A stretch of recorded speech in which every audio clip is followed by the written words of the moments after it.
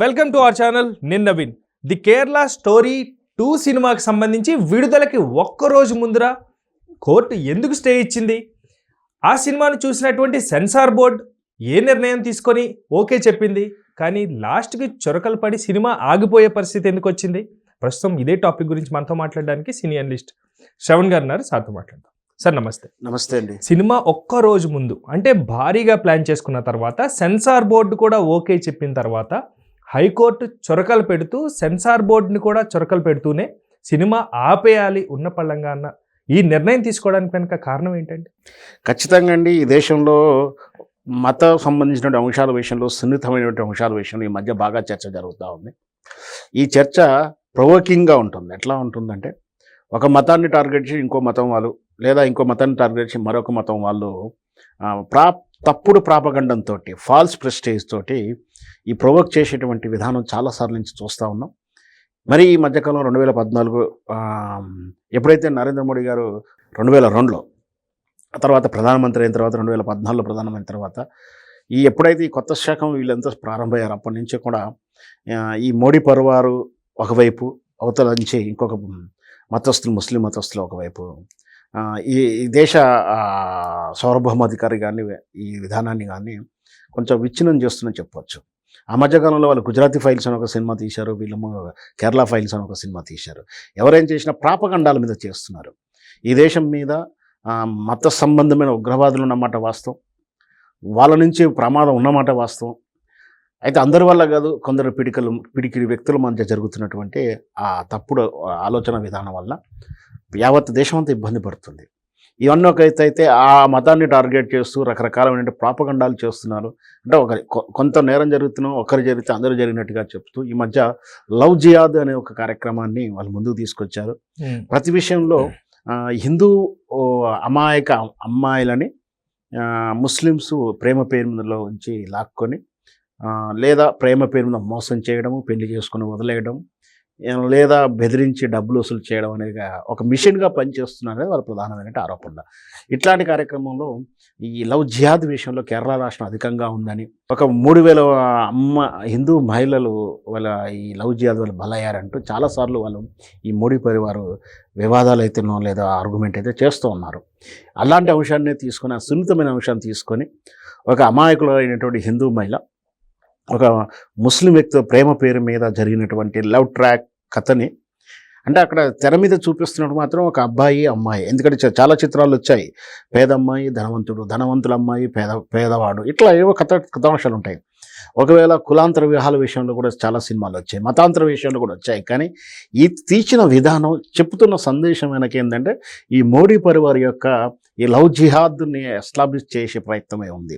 అంటే చరిత్రను వక్రీకరించే ఉద్దేశాలు ఉంటాయి వాళ్ళకు, లేదా చిన్న విషయాన్ని ప్రొవోక్ చేసే విషయాలు ఉంటాయి.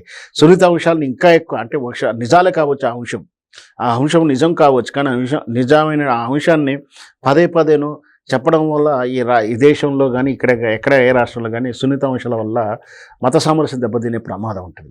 ఆయన చట్టాల్లో ఉన్న లొసగును వాళ్ళ పలుకుబడులు ఉపయోగించుకొని ఇట్లాంటి గుజరాతీ ఫైల్స్నేమో ఈ నరేంద్ర మోడీ గారి యొక్క అరాచకాల మీద కొందరు తీసిన సినిమాలు, వీళ్ళేమో ఈ మైనార్టీ ప్రభుత్వాలు ఉన్నటువంటి ఏదైతే బీజేపీతర ప్రభుత్వాలు ఉన్నట్టు రాష్ట్రాల్లో జరుగుతున్న విషయాలని ఈ లవ్ జిహాద్ని సినిమాగా తీస్తున్నట్టు అంశం. సేమ్ ఇదే కేరళ ఫైల్స్ స్టోరీ 1లో వచ్చిన అంశం ఇదే అంశం.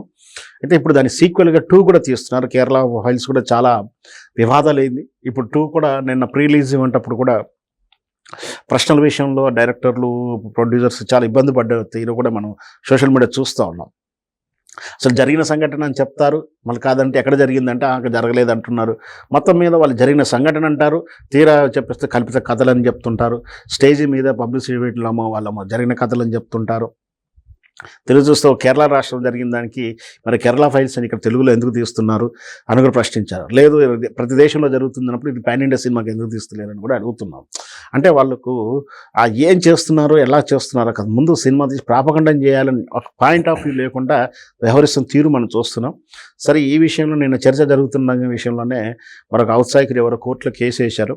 ఈ మత సమస్యగా దెబ్బతినకుండా ఉందా, అసలు కథలు ఏమున్నాయి, కల్పిత పాత్రలతో చేశారా, కల్పిత పాత్ర అయినప్పటికీ సినిమా సమాజంలో ఉన్నటువంటి ఈ మత సామరస్యాన్ని దెబ్బతీశంగా ఉందా, అసలు ఏంది సెన్సార్ బోర్డు ప్రమాణాలు పాటించిందా లేదా అనే అనుమానాలతోటి కోర్టుని ఆశ్రయిస్తే కోర్టు అయితే ప్రస్తుతానికి రేపటి రిలీజ్ని వాయిదా వేసింది. తదుపరి చర్య ఎలా ఉంటుంది, మరి సర్వోత్తర న్యాయస్థానం ఎలాంటి నిర్ణయం తీసుకుంటుందో వేచి చూడాల్సి ఉంటుంది. కానీ సినిమా అనేది ఒక ఎంటర్టైన్మెంట్ సాధనంగా ఉన్న నేపథ్యంలో కానీ ఇది పూర్తిగా కూడా ఇప్పుడు మన జీవితాన్ని ప్రభావితం చేసే విధంగా తయారైపోయింది. ఇదే అంశం పైన హైకోర్టు సెన్సార్ ఈ సినిమాను చూసినప్పటికీ కూడా ఎలా ఓకే చెప్పిందంటూ సెన్సార్కి చొరకలు పెడుతూ ఇటు సినిమా బృందానికి కూడా చేదనుభవించింది. సో సివిల్ కన్నా కూడా సినిమా ఇవి వివాదాలు ఎక్కువైపోతున్న వేళ చొరకలు పెట్టడాన్ని హైకోర్టు ఎలా చూడాలి సార్? ఖచ్చితంగా అండి. దురదృష్టవశాత్తు సినిమా అనేది పెద్ద మాధ్యమం అయితే అది రాజకీయాలతో చెప్పించబడింది. ఆ మత రాజకీయాల్లో కూడా లాగబడి ఉంది.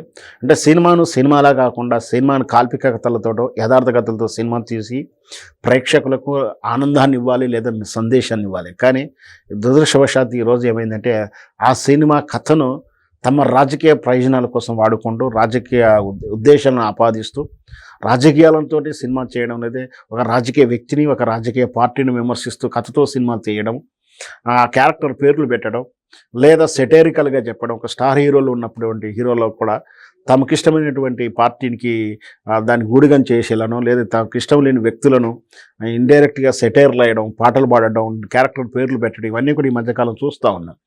సినిమాని రాజకీయం నుంచి దూరం చేసి ఉంటే బాగుండేది.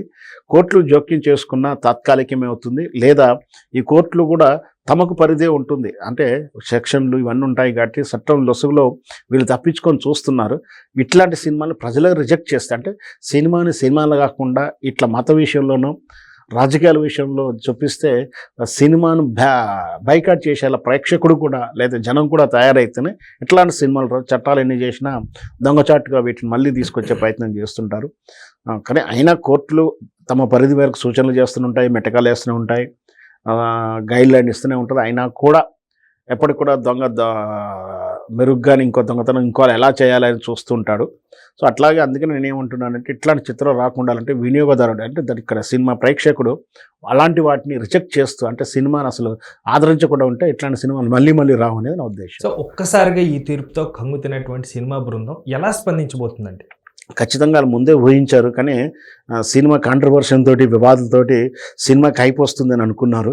కానీ హైప్ కాస్త స్టే వచ్చేసరికి కొంచెం షాక్ అయి ఉండొచ్చు. అయినా కూడా వాళ్ళకి ఇంకా ఇట్లాంటి కోర్టులు ఇవన్నీ కూడా చర్చలు జరుగుతూ ఉంటాయి కాబట్టి సినిమాకి హైప్ వస్తుంది, ఇంకా ప్లస్ అవుతుంది అనుకుంటారేమో. కానీ అది మంచి రక్షణ కాదు. కొన్ని సినిమాలను చూసాం నిన్నమన్నా కూడా కాంట్రవర్షన్స్ అనేది ఎప్పుడు సినిమాకి పాజిటివ్ కాదు. Positive waves publicity mouth publicity సినిమాకు ప్లస్ అవుతుంటుంది. మరి చూద్దాం. ఎందుకంటే వాళ్ళు లాభాపేక్ష కోసం చేసినట్టుగా మనకైతే అనిపించదు. ఎందుకంటే వాళ్ళు ఇంటెన్షన్ మళ్ళీ అర్థమైపోయింది. ఈ కేరళ ఫైల్స్ అయినా ఇంకో ఫైల్స్ అయినా ఏమైనా కూడా వాళ్ళ భావజాలాన్ని వ్యాప్తి చేయడానికి పబ్లిసిటీ రూపంలో ఖర్చు పెడుతున్నట్టుగా చూసుకుంటారు. కాబట్టి ఈ సినిమా ద్వారా కోట్లు సంపాదించాలని వాళ్ళు అనుకోకుండా పోవచ్చు. కాబట్టి వాళ్ళకి ఈ సినిమా ద్వారా నష్టం వచ్చినా కూడా పెద్ద బేకార్ చేయరు. Thank you sir, thank you so much.